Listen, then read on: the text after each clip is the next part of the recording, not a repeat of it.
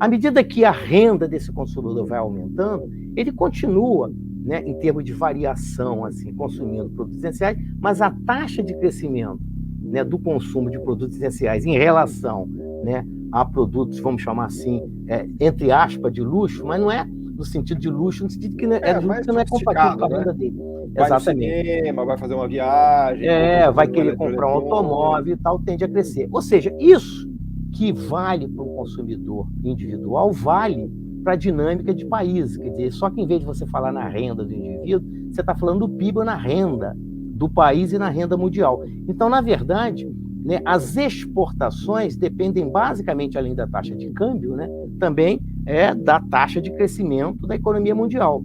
Né? E as importações dependem da taxa de câmbio, mas também da taxa de crescimento do nosso país, do país doméstico.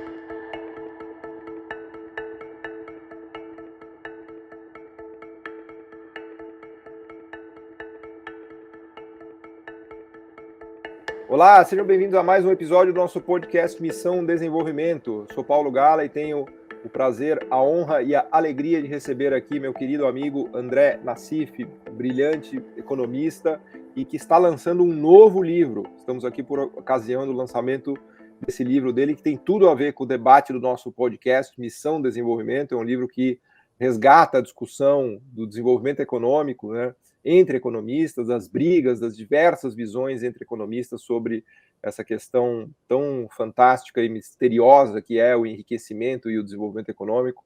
Então, para a gente é realmente uma alegria e uma honra receber o André aqui de novo. Mas, antes de mais nada, André, pedir para você se apresentar rapidamente para quem não te conhece, para quem nunca te ouviu aqui, falar um pouquinho da sua trajetória e daí a gente já mergulha no seu livro. Seja muito, muito bem-vindo. Obrigado, Paulo. Olha, eu agradeço a você imensamente mais uma vez. A gente teve aqui há cerca de algumas semanas, né?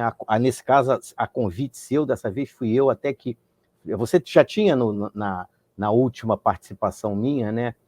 Proposto, né, que a gente fizesse uma nova, né? Mas o interregno realmente foi bem rápido. Eu te agradeço muito porque é uma forma de divulgar esse trabalho, né? A gente, quando escreve, né? Você sabe disso, artigo acadêmico, no caso, livro, eu já tenho... esse, na verdade, é o meu primeiro livro escrito individualmente, eu tenho vários capítulos escritos em outros livros publicados, né, e organizados por outros autores.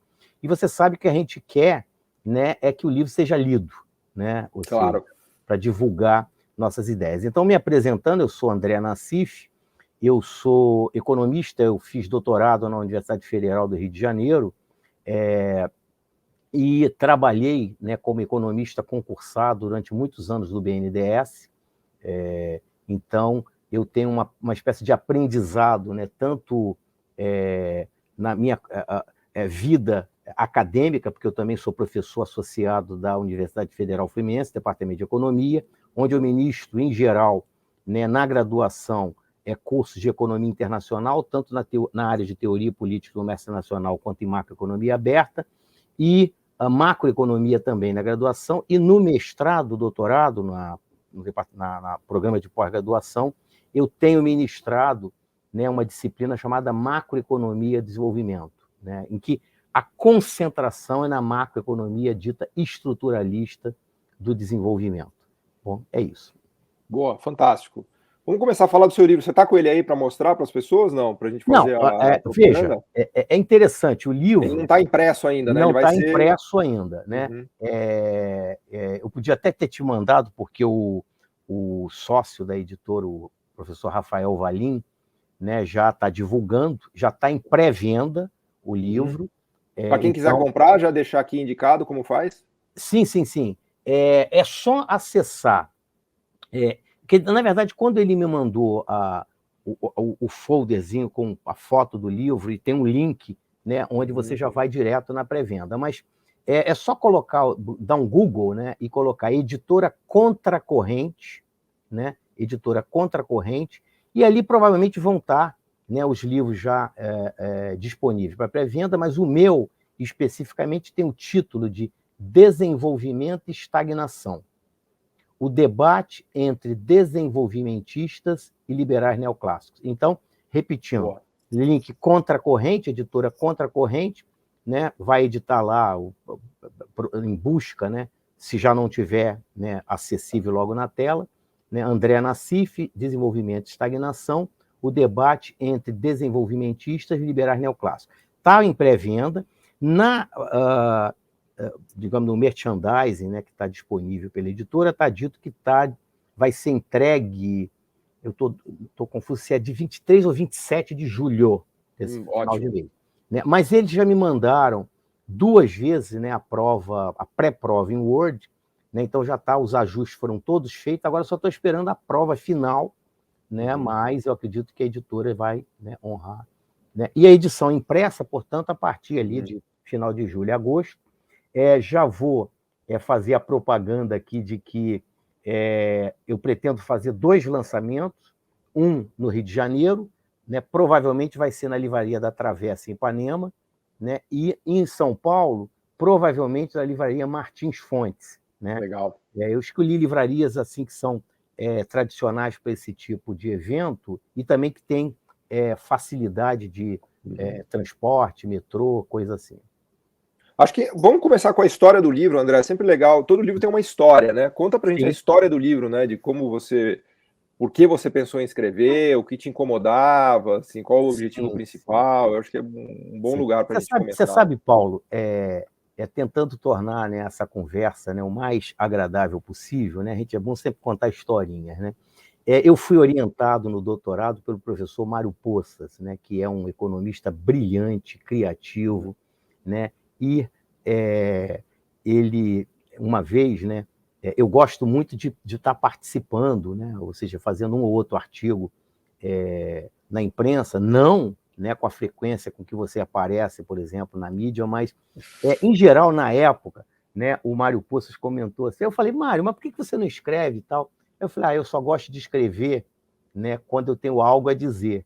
Né? Eu nunca me esqueço disso. No caso de artigos, é interessante que também, quando eu escrevo assim, um artigo para a imprensa, né, eu escrevo, em geral, quando alguma coisa me incomoda. Né? Eu quero ali, né, participar, enfim, do debate e tal. Mas no caso de um livro, né, é diferente, porque no caso de um livro, eu me lembro que quando eu fiz a minha tese de doutorado, que tinha uma parte muito formalizada, o Mário, né, Poças, comentou, olha, eu acho que essa parte, principalmente, algum dia você deveria transformar num livro. Mas eu nunca achei, né, que fosse o caso, porque era uma tese muito focada em teoria do comércio, tem toda uma parte inicial, que é o debate, né, entre liberais e não liberais sobre a questão de se engajar ou não, né, em vantagem comparativa. Mas, à medida que você vai amadurecendo, né, e esse amadurecimento implica, ou seja, ele decorre de anos, né, de pesquisa, de aprendizado e de participação em eventos, a minha própria trajetória acadêmica e também profissional do BNDES, você vai acumulando conhecimento. Né? Eu acho que eu vou falar em algum momento no que a gente chama, os economistas trabalham com economia dinâmica de escala, que resulta exatamente, né, do acúmulo, né, de conhecimento, né, ao longo do tempo, isso lhe dá um ganho. Então, o que me incomodou? Né? O que me incomoda, né, incomoda você, eu acho que incomoda aos economistas, em geral, mesmo os liberais, incomoda o fato de que o Brasil vive um período de estagnação desde o início dos anos 80. Né? O professor Bresser chama de semi-estagnação, mas eu vou mais longe. A gente está estagnado porque a taxa de crescimento da produtividade do trabalho anual, né, quando você pega dados oficinais, ela está próxima de 0. Né? Ou seja, quando ela varia um pouquinho mais, são aqueles ciclos muito curtos, e isso ocorre também com a taxa de crescimento. Então, a minha intenção inicial nem era fazer um livro teórico, era fazer um livro sobre os 40 anos de estagnação do Brasil. Acontece... Que, aliás, que coincide com a nossa geração, né, André? Infelizmente, nós somos da geração perdida brasileira, quase, né? Exatamente. Né? Eu ainda peguei uma parte nos anos 70 que era ainda que, mesmo ainda sob ditadura militar, que a economia ainda estava crescendo, ainda desacelerando, mas estava crescendo. E é impressionante, Paulo, como que isso se reflete não só em termos sociais, porque a questão social no Brasil piorou muito, quando teve uma melhora ali, né, na segunda metade dos anos 2000, foi por conta dos programas, né, de transferência de renda, aumento real de salário mínimo, mas também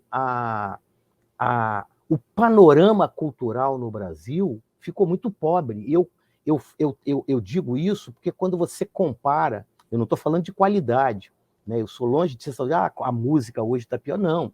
Né? Você tem gente muito boa, jovem na música, mas quando você vê, por exemplo, o teatro no Rio de Janeiro, né, é impressionante, você não tem a quantidade e a diversidade de peças teatrais nos vários gêneros possíveis, como você vê, por exemplo, em São Paulo, que talvez seja uma cidade em que a grana, né, gira mais fácil. Mas eu tenho impressão, eu suspeito, arrisco a dizer que isso também decorre desses anos de estagnação. Então, o que acontece é que quando eu comecei a escrever a parte teórica, eu comecei a me empolgar e aí eu mudei de ideia. Eu, até conversando com colegas meus, que esse livro foi lido ao longo de que ele estava sendo concebido e escrito, né? Cada capítulo eu mandava nessa ordem para a professora Carmen Feijó, na sequência para o professor Fábio Terra, depois para o professor Bresser, depois ia para o Ciro Andrade, que é um jornalista do Valor. Sim, conheço bem ele. Finalmente o André Lara Rezende.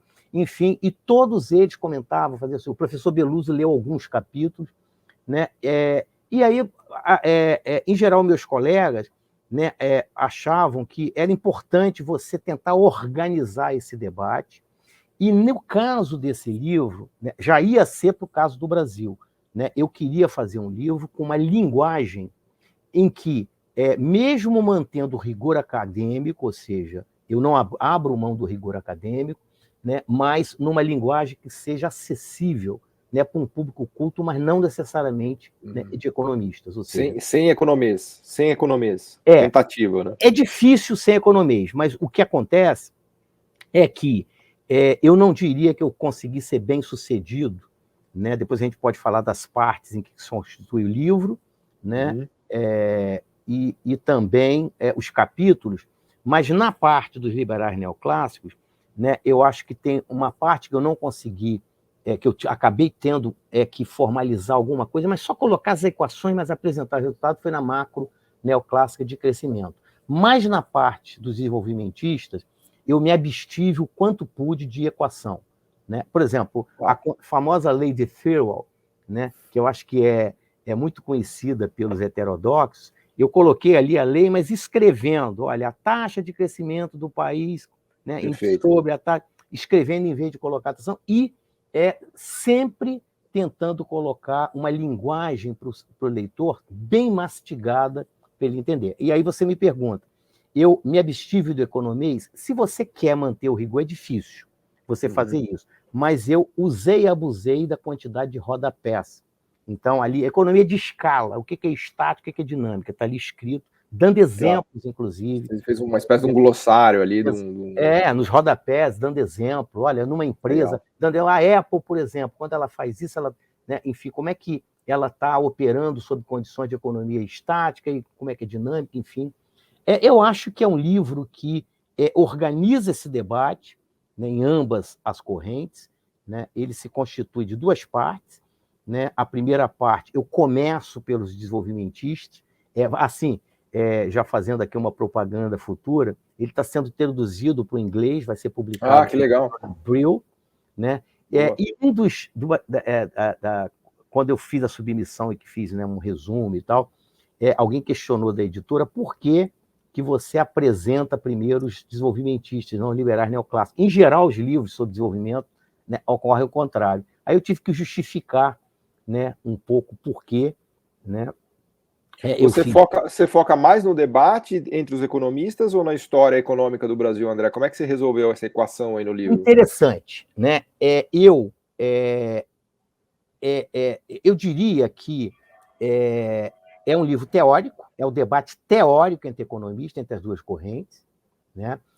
Então, portanto, o que tem, eu não sei como mensurar, mas eu sei que é predominantemente uma discussão teórica, mas cada uma das duas partes finaliza, né, com as implicações e recomendações de política econômica, tanto de curto quanto de longo prazo, emanadas de ambas as correntes. E sempre que eu posso ilustrar, eu ilustro muito com o caso do Brasil, principalmente justificando perfeito. a questão do desenvolvimento ali no período entre os anos 50 e 80, a estagnação. Eu sempre posso fazer menções também a outros países, né, mas sempre procure exemplificar com o Brasil. Então, de certa forma, né, o leitor também vai ter uma informação, ainda que meio na tangente, sobre as razões pelas quais o Brasil vive um longo processo de estagnação. E aí, eu acho que seria bom... Então, até falando em termos de estrutura, né, para ficar mais claro, então você explica a corrente dos desenvolvimentistas, a corrente dos liberais, como é que é a divisão geral do livro que você estava falando? Então, para começo de conversa, né, tem uma introdução, né, que foge um pouco do padrão de introdução dos livros, que costumam ter aí entre 10 e 15 páginas, se muito. Essa minha introdução tem cerca de 27 páginas, que eu estou falando aqui, laudas, na versão Word, que eu ainda não vi o livro. Então, a introdução já dá um briefing, né, para o leitor, né, do que cada uma da corrente pensa, né, sobre desenvolvimento, quais seriam os fatores que levam à decolagem, à sustentação do desenvolvimento, e, para usar aquela linguagem dos economistas ruralistas, fazer com que o país, né, faça o catching up, ou seja, consiga promover a convergência, né, relativa para níveis médios de renda per capita elevado, com padrões de bem-estar elevado, compatível com os países desenvolvidos. E nessa introdução já tem o Brasil como um fato estilizado, como um caso estilizado, em que eu vou ali resumir o que aconteceu no Brasil entre 50 e 80, e 80 até 2020, né? Inclusive com dados, etc. E aí entra a parte 1, que eu chamo a corrente desenvolvimentista, né? Então, tem a seguinte estrutura. Tem toda uma criatividade minha da forma como eu penso. Eu penso que os desenvolvimentistas, né, seguem, né, a tradição dinâmica de Adam Smith, Marx e Schumpeter. Né? Não obstante Adam Smith, né, tenha sido um liberal. Ele tem um lado desenvolvimentista, né, da economia de escala, da fábrica de alfinetes, da divisão do trabalho, da economia do escopo. Esse é o veio desenvolvimentista do Smith. Né? Foi ele quem influenciou a Lei Young, né, com o texto clássico dele de 1928, e daí toda a corrente de estruturalistas que retomam o desenvolvimentismo clássico entre os anos 40 e 60, que vão desaguar em caldo. Então, aliás, você fala dos brasileiros e dos estrangeiros também no livro. Sim, exatamente. Então, ele vai ter essa estrutura. Primeiro capítulo, né, eu chamo as raízes, né, do desenvolvimentismo, ou as raízes teóricas, alguma coisa, que aí entra Smith, Ricardo, batendo o Ricardo está do outro lado, Smith, Marx e Schumpeter. Aí segue o capítulo 2, desenvolvimentismo clássico, né, que eu vou selecionar, né, os que eu achei relevantes para essa discussão. O Myrdal entra mais, basicamente o Lewis, Rosenstein, Rodin, Richman e Caldo. E aí, nesse mesmo capítulo, eu já atualizo para o debate atual, que é onde entra a discussão, a partir de Caldo, de desindustrialização, e aí eu vou desaguar na questão da desindustrialização prematura, porque Caldo, a rigor, foi o primeiro autor que discutiu desindustrialização. Ele estava olhando a desindustrialização inglesa, né? O que preocupava ele era a desindustrialização do Reino sem Unido. necessariamente ter usado esse termo. Né? E no caso, né, do debate sobre desindustrialização, que é retomado, né, pelo Robert Walthorne e tal, né, que entende a desindustrialização como um processo natural, foi rechaçado pelo artigo do Gabriel Palma. Eu sou muito rigoroso, Paulo, no sentido de reconhecer quem fez aquilo primeiro. Né? O primeiro economista que, entre aspas, teorizou e mostrou evidência sobre desindustrialização prematura foi Gabriel Palma, e ponto final. Depois o Ajit Singh, né, foi depois. O Danny Roderick. Danny Roderick foi depois. Aliás, o Danny Roderick, até quando ele escreveu, ele comentou que era o Singh, eu fiz e-mail, ele botou lá no rodapé, na versão final desse texto dele, agradecendo a mim. Mas, enfim, e aí entra com esse debate sobre desindustrialização prematura e tal, e aí eu já coloco dados sobre o Brasil, né, ali. segue-se com o capítulo 3, que é a economia, a modelo centro-periferia e a economia política da CEPAL, ontem e hoje. Legal. Né, em que é um texto longo. Por que eu coloquei a CEPAL como um caso separado? Porque, a rigor, o Prebisch pode, para muitos, ser um desenvolvimentista clássico. Mas a CEPAL, quer dizer, o desenvolvimento clássico, ele não trata a questão do... Quer dizer, ele começa a tratar a questão do subdesenvolvimento e desenvolvimento, mas o que vai fazer, diferentemente dos economistas pioneiros, Smith, Marx e mesmo Schumpeter, que estão tendo como paradigma, né, a economia inglesa, né? Enfim, em todos os casos. O Schumpeter, né, inclusive. Né? Mas o que vai mudar no desenvolvimento clássico é que eles vão fazer a dicotomia subdesenvolvimento e desenvolvimento. No desenvolvimentismo dos estruturalistas latino-americanos, né? Não no clássico, nos latino-americanos. Os clássicos também já... na verdade, eles estão discutindo a questão da transição de uma economia subdesenvolvida para desenvolvida. Né? Não deixa de ser. O que vai mudar com a CEPAL é que esse modelo de subdesenvolvimento e desenvolvimento ele vai ser formulado no contexto das vicissitudes, né, dos países periféricos latino-americanos, que é a questão, né, da dicotomia entre a elasticidade de renda do que eles exportam e importam, a questão, enfim, da dependência, né, da exportação de produtos. Aproveita e já liga até Kassab aí, André, dicotomia da elasticidade do que eles exportam e do que eles importam. Eu entendi perfeitamente isso que quis dizer, mas imagino que muita gente aqui tenha entendido o grego, né? Pois é, mas isso é muito fácil de explicar, né? Imagina, por exemplo, né, um consumidor individual, né? Que, digamos que ele era de uma família pobre, e aí ele estudou, ou, enfim, investiu em si mesmo e tal, e depois, por diferentes razões, ele conseguiu, né, melhorar, né, seu padrão de renda ao longo do tempo. No período em que ele era pobre, ele estava concentrado, basicamente, em consumo de produtos essenciais, alimentos, basicamente. À medida que a renda desse consumidor vai aumentando, ele continua, né, em termos de variação, assim, consumindo produtos essenciais, mas a taxa de crescimento, né, do consumo de produtos essenciais em relação, né, a produtos, vamos chamar assim, entre aspas, de luxo, mas não é no sentido de luxo, no sentido que não é compatível com a renda dele. Vai exatamente. No cinema, vai fazer uma viagem. Vai querer comprar um automóvel e tal, tende a crescer. Ou seja, isso que vale para um consumidor individual, vale para a dinâmica de países. Quer dizer, só que em vez de você falar na renda do indivíduo, você está falando do PIB na renda do país e na renda mundial. Então, na verdade, né, as exportações dependem basicamente, além da taxa de câmbio, né, também da taxa de crescimento da economia mundial. Né? E as importações dependem da taxa de câmbio, mas também da taxa de crescimento do nosso país, do país doméstico. Então, o que acontece com a relação de elasticidade, que o Prebisch, né, captou muito bem, é que, enquanto uma tendência de longuíssimo prazo, né, quando a renda mundial sustenta uma determinada taxa de crescimento, vamos pensar em 3% ao ano, né, não é a mesma taxa de crescimento, né, que se dá para produtos essenciais, vamos chamar aí produtos primários, ou commodities, ainda que industrializados, intensivos em recursos naturais, quando comparados à taxa de crescimento da demanda, né, para produtos de luxo, automóveis, serviços, eletrônicos, uso de internet, etc. Então, o que o Prebisch mostrou é que quando você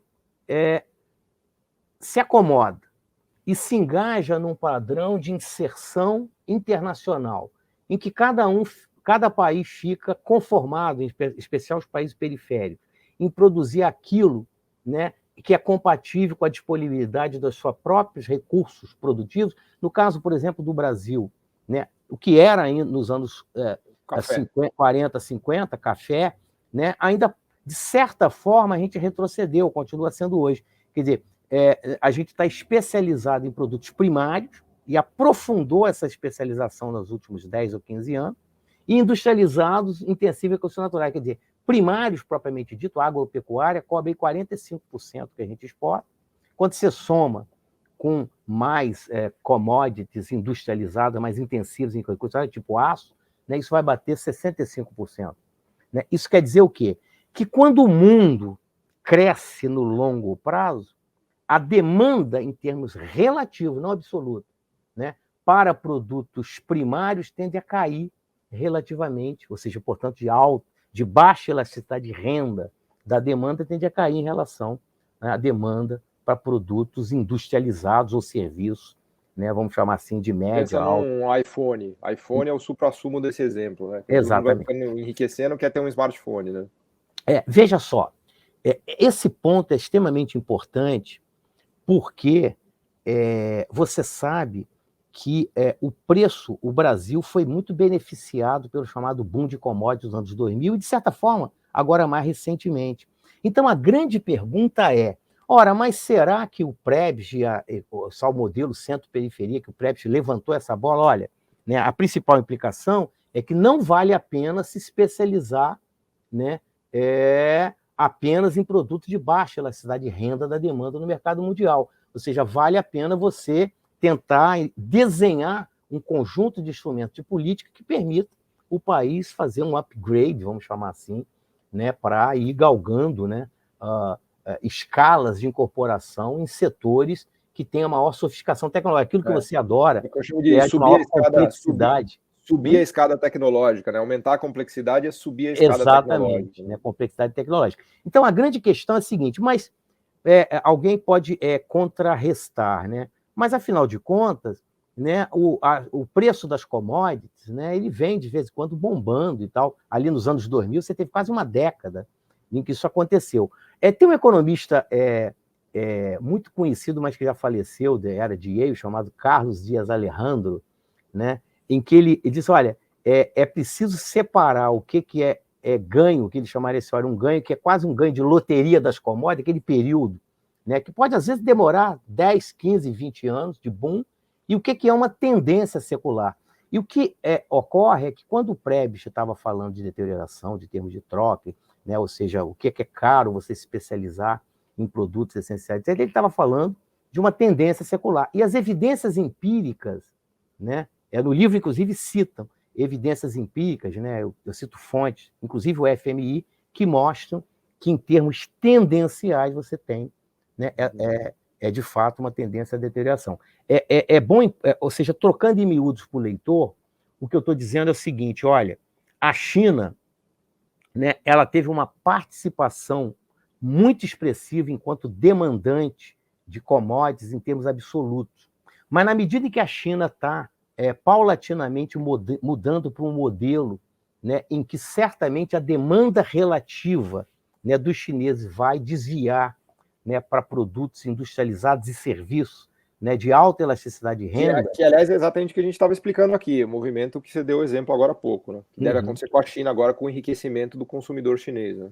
Se distanciar do produto mais simples. Né? Isso pode mudar.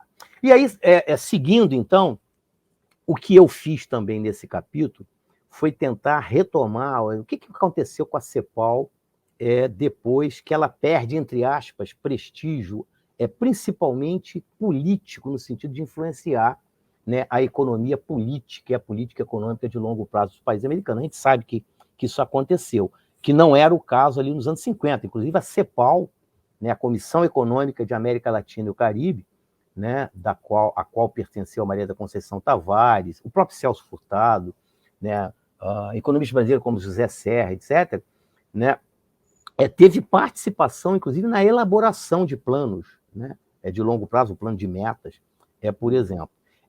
Nesse livro, né, eu mesmo não sabia disso, mas eu tive que reler muito, né, o Feinzilber, etc., você já deve ter lido, né, a CEPAL já estava alertando para ali, né, como que o modelo, por exemplo, o Feinzilber chamava muita atenção para o caso brasileiro, que foi o país que mais avançou, né, ou seja, na trajetória de persecução de catnap, né? O Feinzilber chama atenção, por exemplo, para a forma como o Brasil, por exemplo, se engajou em termos de relação com o capital estrangeiro, ou seja, isso acabou abrindo muito mão de autonomia tecnológica.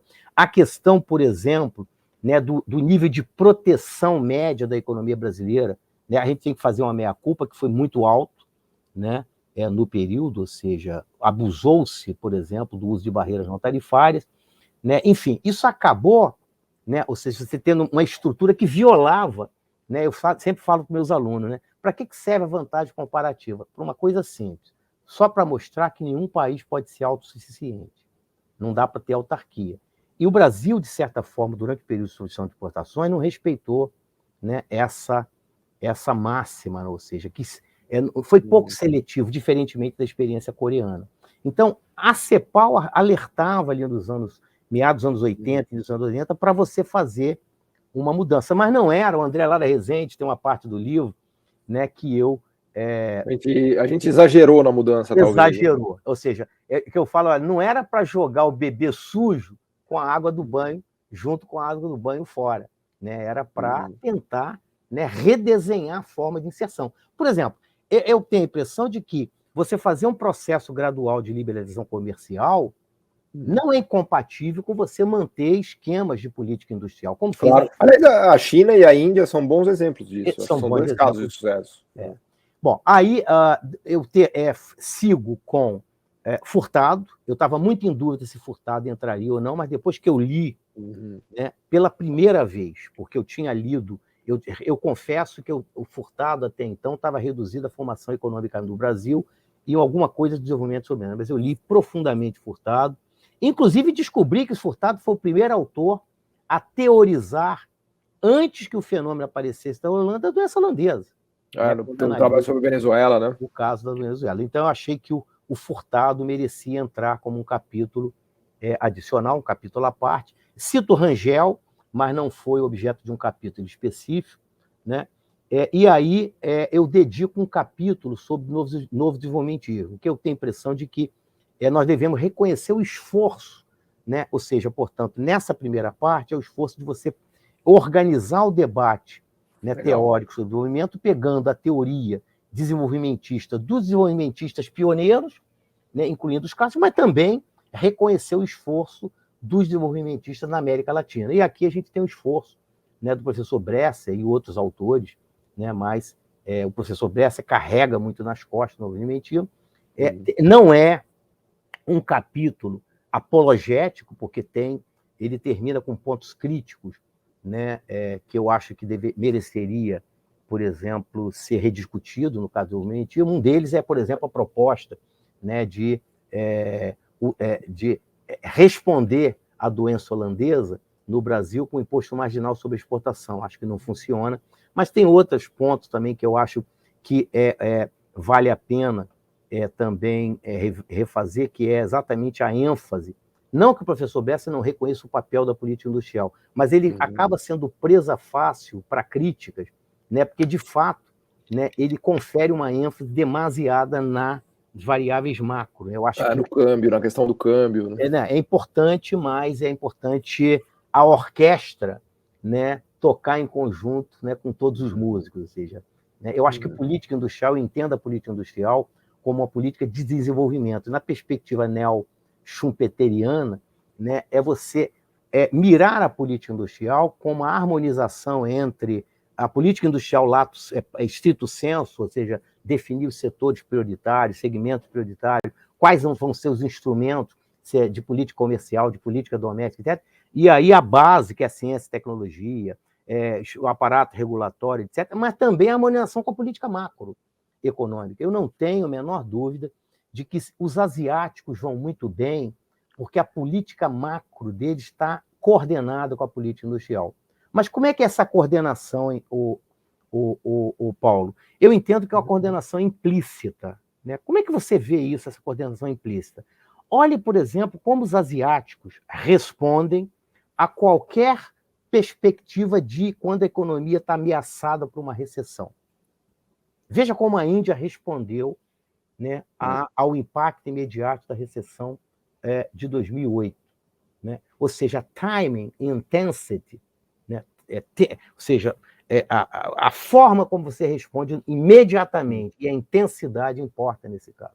E também, para fazer justiça, eles não descuidam da taxa de câmbio, né? Porque tanto Coreia quanto Taiwan, Índia, China, sempre com o câmbio desvalorizado ali, eles não deixam apreciar. Ou seja, o que é isso? o que significa que ou seja, você fazer o processo de desenvolvimento de catching up, eu já defini o que é isso, né, significa que você tempo importa, ou seja, os asiáticos demonstram que eles têm pressa. Então, abrir mão de 1 ano de recessão é custo de longo prazo, tem impacto permanente no longo prazo. E veja, no caso do Brasil, o que a gente tem assistido, né, recorrentemente, é uma conformação com você crescer a 2,5% ao ano, ou 2,3% em média. Não, 2,5% é muito já para o padrão. Para os últimos 5 anos que a gente cresceu 2,5% já é um crescimento acelerado. A taxa de crescimento média entre 80 e 2023 foi 2,3%, foi abaixo da taxa de crescimento média mundial. Né? Enfim, e aí esse primeiro bloco termina com as implicações. O título é bem sugestivo: Em Defesa dos Planos Nacionais de Desenvolvimento, em que eu trato a política industrial como sinônimo, explico o porquê de Plano Nacional de Desenvolvimento. Então, acho que eu acabei explicando, de certa forma, aqui agora. E aí mostro, né, como que os desenvolvimentistas tratam, né, a política industrial, é muito mais ampla do que os liberais neoclássicos, né, e aí fecha com isso. E aí, durante o tempo todo, eu estou fazendo menção, né, ao caso brasileiro e tal, enfim, como é que foi, como é que está sendo, etc. E aí vamos para o segundo bloco.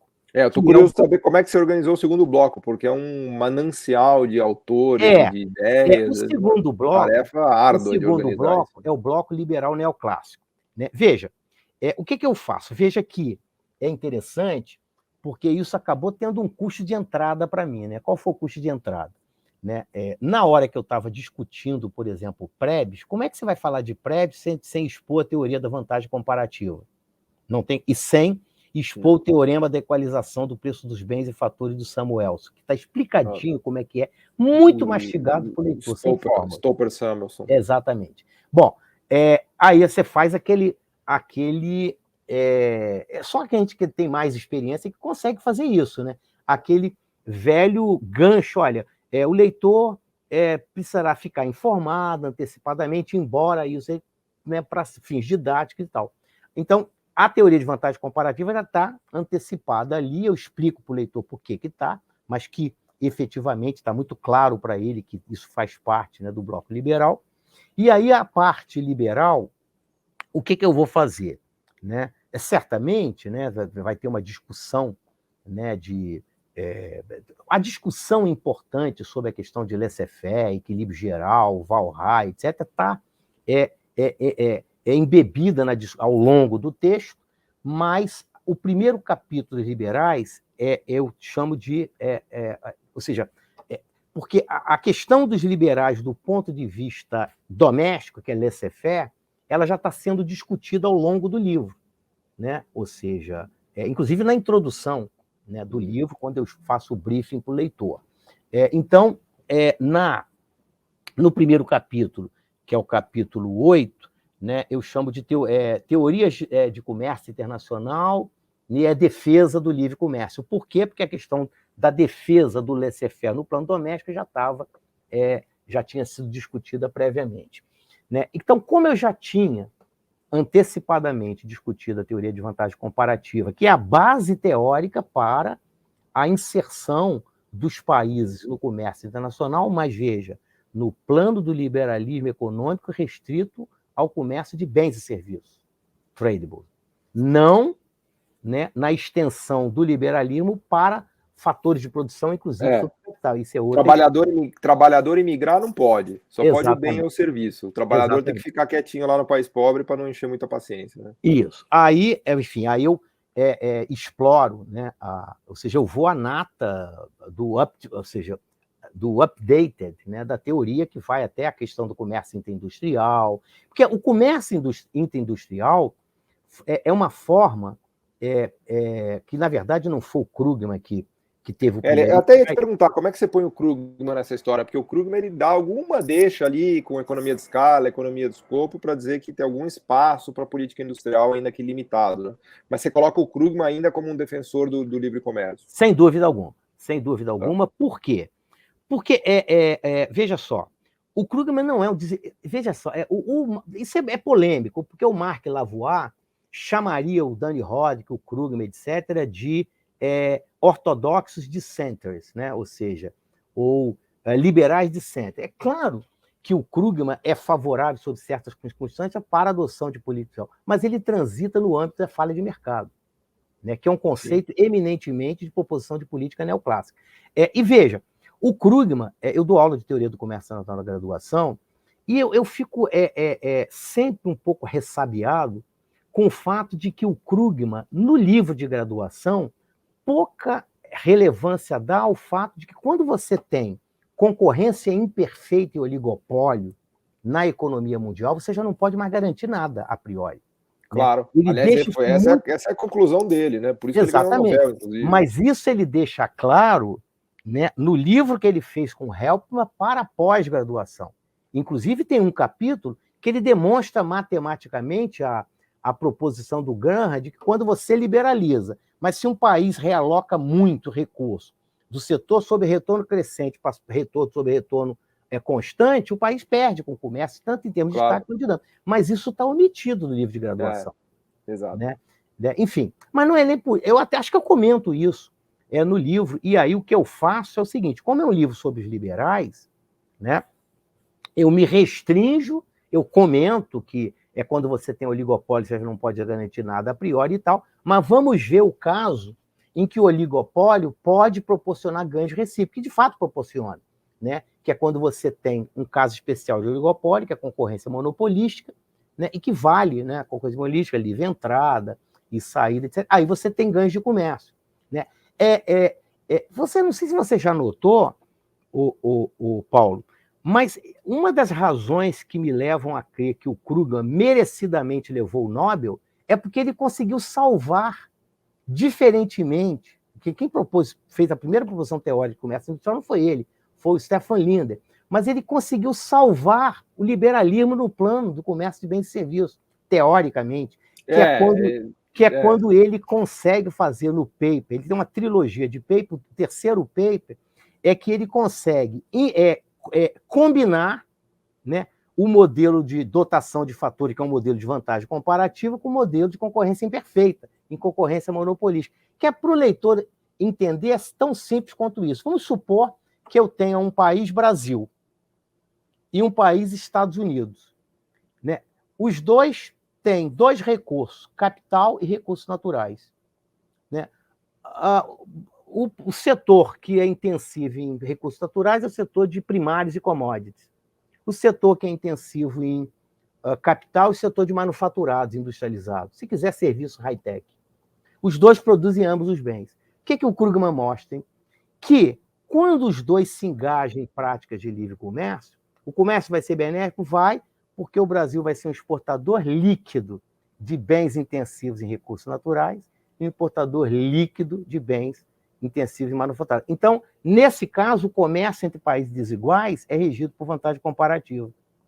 Tem possibilidade do Brasil ter uma faixa de comércio intraindustrial, que não é mais explicado por vantagem comparativa, por economia de escala, tem, só que essa faixa vai ser muito pequena. Então, isso tem uma proposição fantástica, e estava certo o FHC quando não fez um acordo de livre comércio com os Estados Unidos, porque isso não vai a favor dos interesses brasileiros, né? Talvez até com a União Europeia possa ser mais interessante, porque você tem aquela parte do bloco lá, enfim. Então é isso, né? Eu acho que isso tudo está discutido para o leitor, né? Eu dou os exemplos, enfim, para isso. E aí o capítulo seguinte é a macroeconomia de crescimento, né? Aí Solow, esse aí realmente foi que eu acho que se o leitor quiser, né, é o capítulo mais chato, assim, nem está tão chato porque eu fiz um esforço enorme de explicar, mas para o leitor não economista talvez vai ser o capítulo mais... Mas aí como é que você faz com Friedman, com Lucas, com os neoclássicos? Você põe tudo nesse pacote? Boa pergunta. Né? É interessante que se você... Bom, aí deixa eu terminar, eu volto a isso já já. Boa. Aí eu termino o capítulo... O capítulo que eu mais gosto dos liberais é o capítulo que eu chamo O Consenso de Washington e a Ideologia do Neoliberalismo. Porque existe uma diferença entre liberalismo e o neoliberalismo. Porque o liberalismo está circunscrito ao comércio de bens e serviços. Inclusive, tem liberais sofisticados, o próprio Jaldik Balwait, que foi professor do Krugman, é um defensor incondicional do livre comércio, mas restrito ao comércio de bens e serviços. Né? E ele diz, eu também concordo, os países periféricos jamais deveriam ter liberalizado, ou seja, colocado o carro na frente dos bois. O fluxo financeiro. Fluxo financeiro. Se isso fosse feito, que fosse feito de forma gradual. Só para ficar claro, tem uma diferença entre liberar finanças e liberar bens e serviços. Exatamente. Né? Então, a ideologia do neoliberalismo é estender a prática de laissez-faire para todos. Né? O Friedman entra, né, o Fama e tal, de forma dispersa aí, né, nesse capítulo, mas também eu já vou falar em qual capítulo que ele vai entrar, de certa forma. E aí, o capítulo normativo dos neoclássicos é basicamente porque os neoclássicos eles são liberais. Né?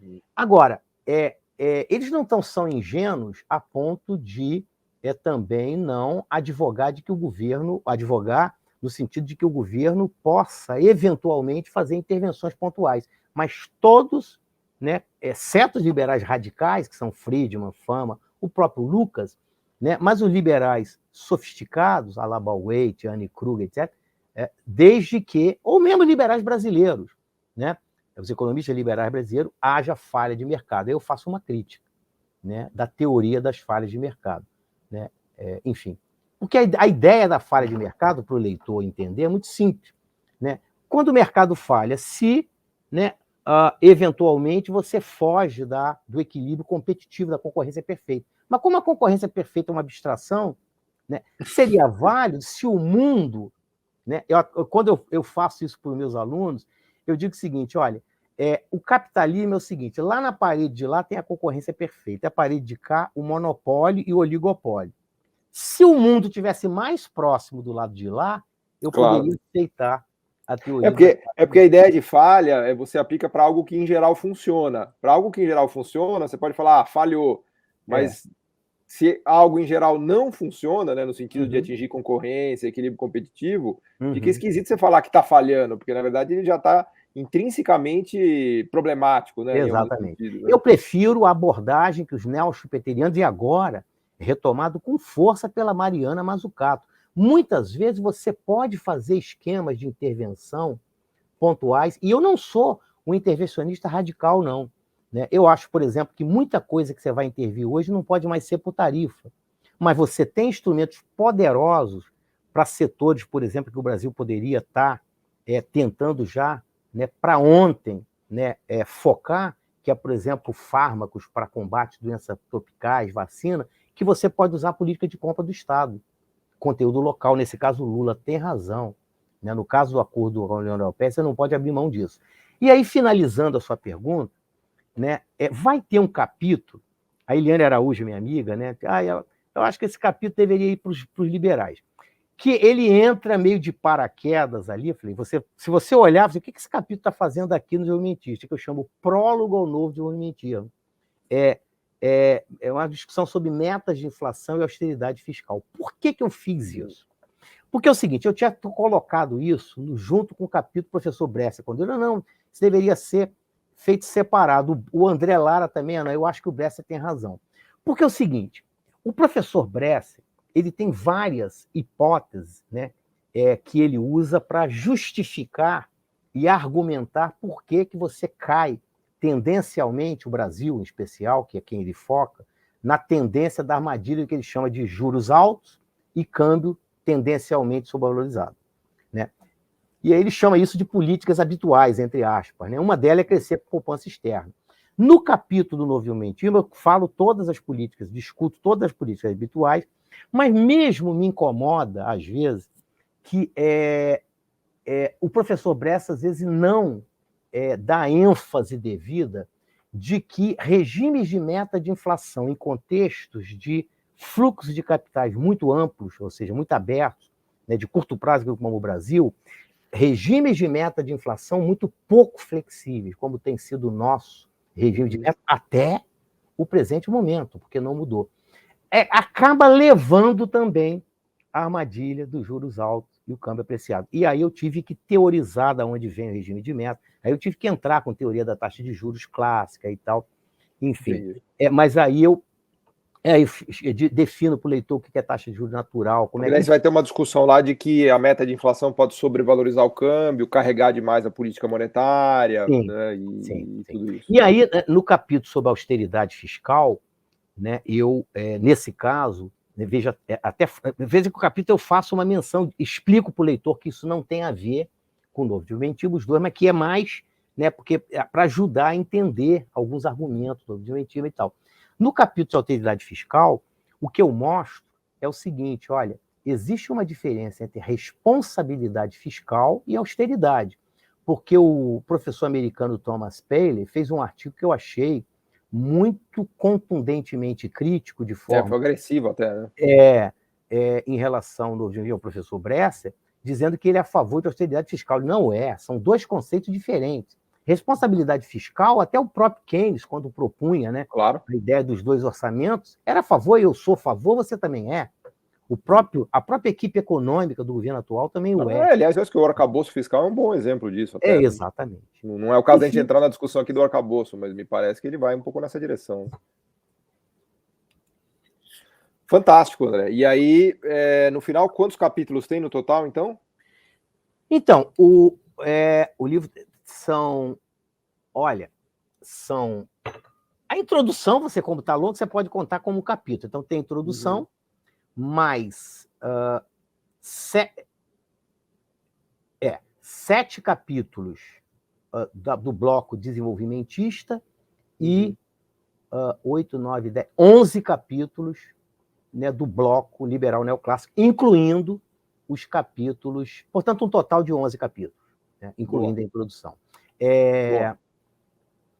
Eu estou preocupado aqui com o andar aqui da nossa hora, que infelizmente a gente já está chegando no final, mas eu queria te ouvir um pouco sobre como é que você faz a leitura do mundo hoje, né, de Bidenomics, de China, dos europeus, e até mesmo a inflexão no Brasil que está havendo de política econômica, à luz do trabalho que você escreveu, né?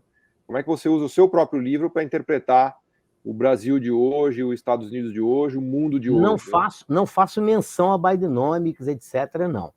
Mas agora eu te pergunto, independentemente do livro, né, qual é a leitura que você faz para onde andam as ações do governo? O que me parece é o seguinte: os Estados Unidos fazem política industrial desde sempre, né?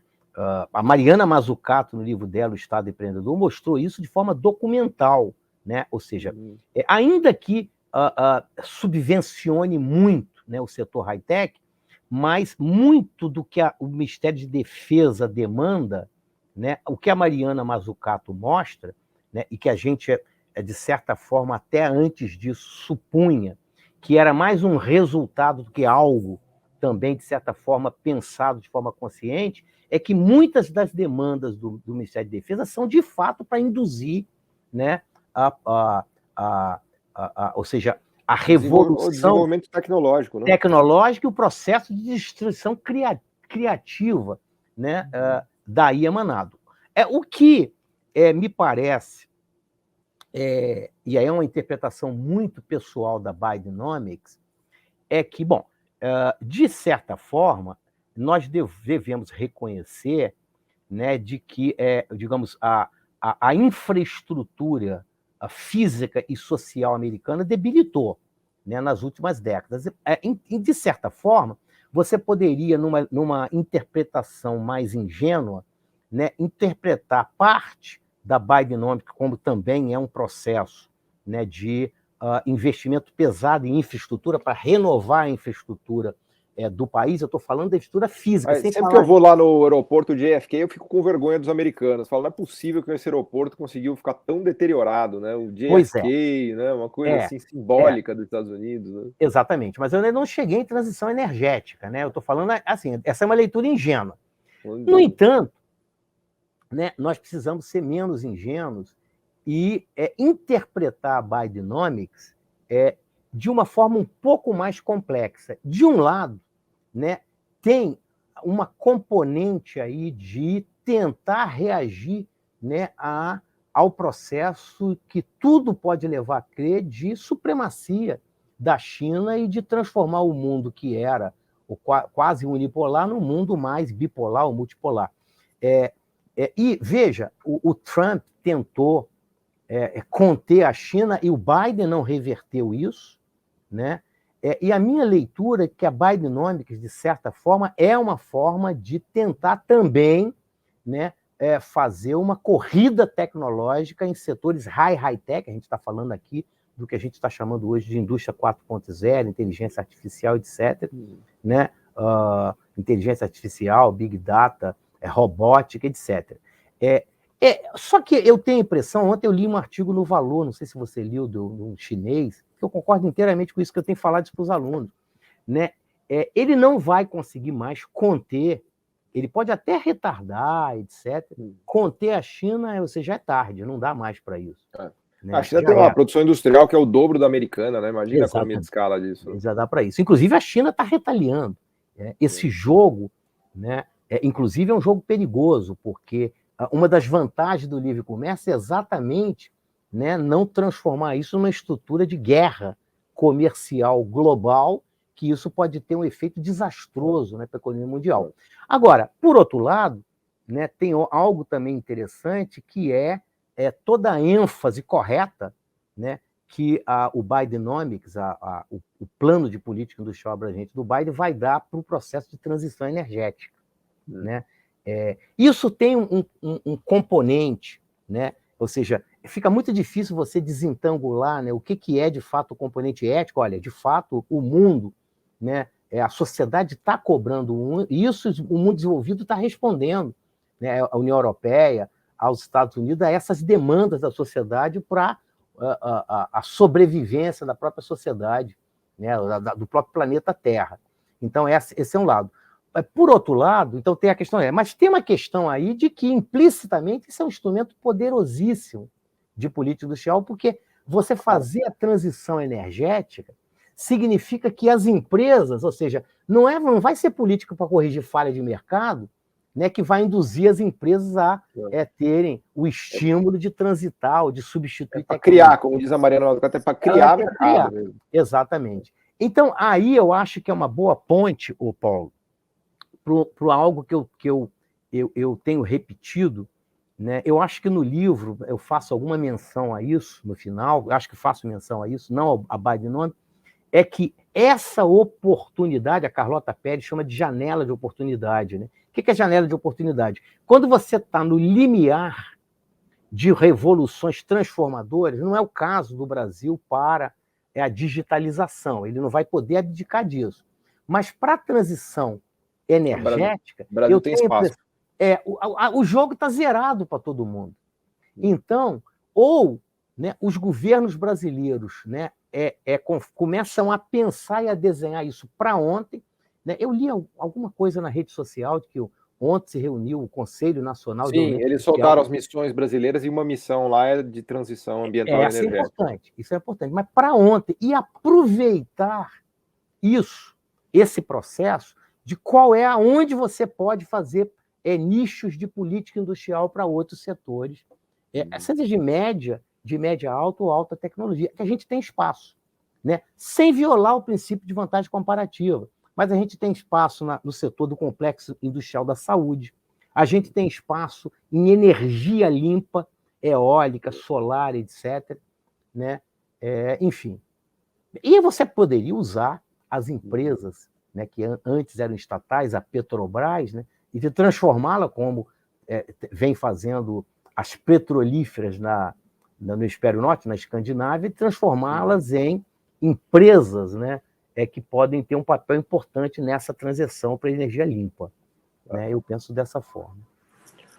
Fantástico, professor André Nassif. Fala de novo aqui o título do livro aqui para as pessoas que quiserem adquirir.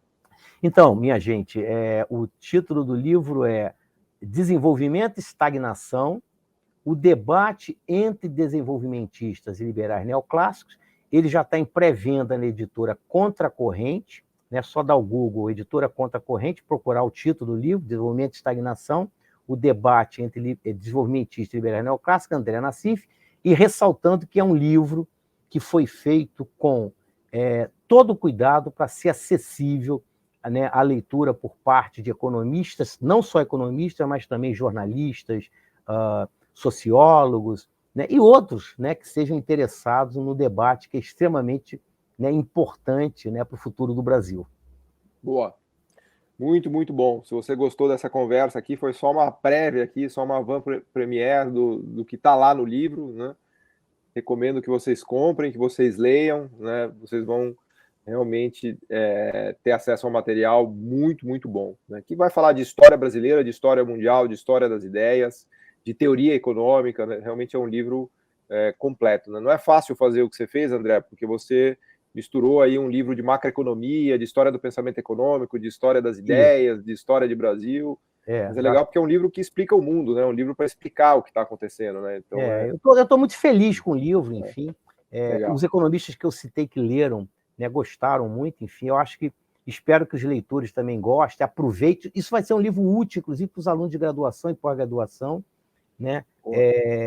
E lembrando também, né, que já fazendo um pouquinho do merchandising, que eu vou fazer lançamento provavelmente a partir da 2ª ou 3ª semana de setembro, porque eu vou estar num sabático fora do país em agosto, né? Então não vou estar aqui, não vai ser possível. Boa. A gente vai fazer um lançamento. Pra gente aqui, revela o segredo aqui pra gente, para onde você vai. Então, eu já tenho 2 sabáticos, eu estou indo para a França, na verdade, para a França é basicamente para estudar francês. E no final do ano eu vou trabalhar como visiting professor no King's College. Eu vou ficar 3 meses em Londres, enfim. Fantástico. Enfim, eu estou bastante animado. E aí, lembrando que a gente vai fazer lançamento ali por volta da 3ª semana de setembro no Rio, provavelmente na Livraria da Travessa Ipanema, em São Paulo, na Martins Fontes, mas eu vou, né, no devido momento, divulgar. Tá? Paulo, te agradeço muito mais uma vez pela sua generosidade de dar essa oportunidade. Muito obrigado. Eu que agradeço, professor André Nassif, uma honra, uma alegria recebê-lo aqui no podcast e aguardamos ansiosamente a versão impressa do livro. Obrigado a todos. O podcast Missão Desenvolvimento é uma realização da AFB-NDS, Associação de Funcionários do BNDES, e vai ao ar semanalmente em todas as plataformas digitais. O programa tem direção de Felipe Peçanha, produção de Tatiana Gurgel e edição de Pedro Rocha. Para saber mais, acesse nosso site www.missãodesenvolvimento.com. Você também pode assistir a outros episódios já gravados nos canais do Missão Desenvolvimento e da AFB-NDS nas redes sociais. Até a próxima!